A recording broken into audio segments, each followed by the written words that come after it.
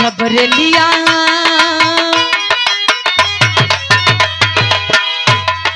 जबरेलिया गरदा उड़ावा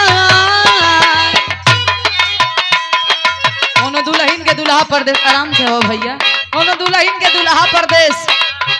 जब रेलगाड़ी के आवाज दुल्हनिया सुने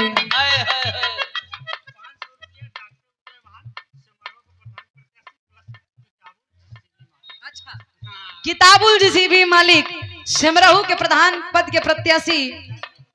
डॉक्टर उदय भान प्रधान जी की तरफ से शानदार 501 रुपया के आशीर्वाद बहुत बहुत प्रणाम बा आशीर्वाद की प्रतीक्षा कहना बा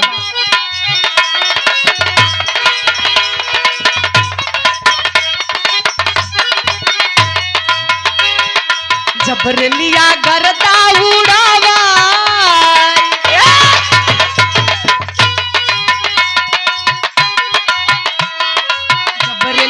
गरदा उड़ावै तबै सुधिया राजा के आबै जबरेलिया गरदा उड़ावै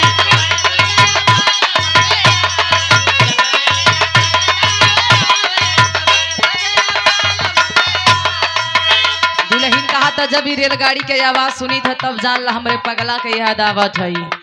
अंतरा में कहे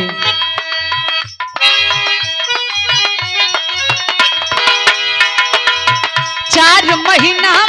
गर्मी के दिन हो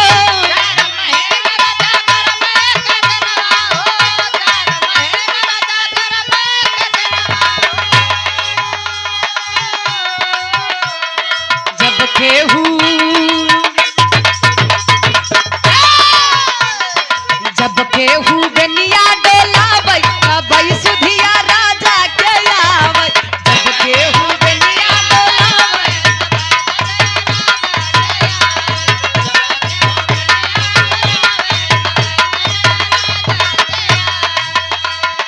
जबरेलिया गरदा उड़ाबै तबै सुधिया राजा के आबै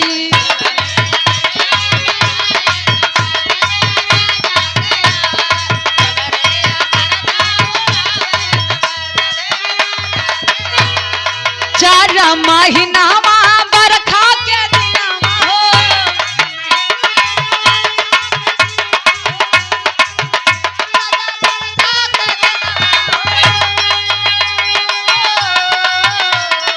चार महीना बरखा के दिनमा हो कहे दुल्हन जब केहू छतरी ओढ़ावा जब केहू छतरी ओढ़ाबै तबै सुधिया राजा के आबै जब केहू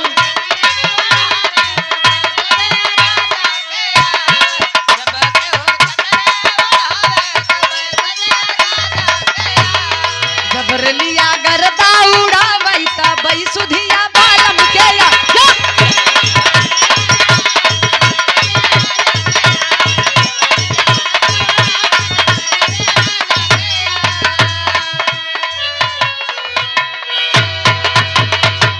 बहुत बहुत धन्यवाद गावे बजा में अगर कोनो गलती भइलो आप लोग क्षमा करिए हाँ